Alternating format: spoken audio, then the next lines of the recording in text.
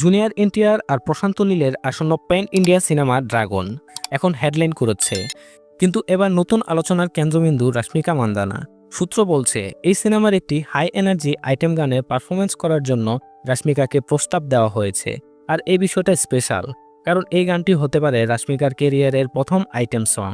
রাশ্মিকা এর আগে কখনো কোনো আইটেম নাম্বারে দেখা যায়নি।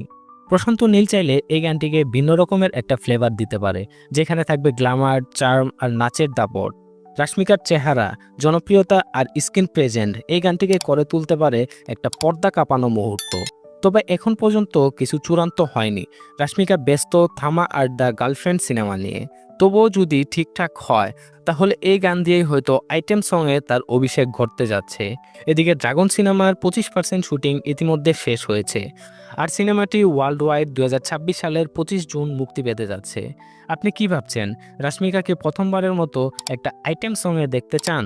কমেন্টে জানান আপনার মতামত। আর এমনই এক্সক্লুসিভ আপডেট পেতে সাবস্ক্রাইব করে চোখে রাখুন ফ্রেম আউট। গল্পের পেছনের গল্প একদম আপনার জন্য।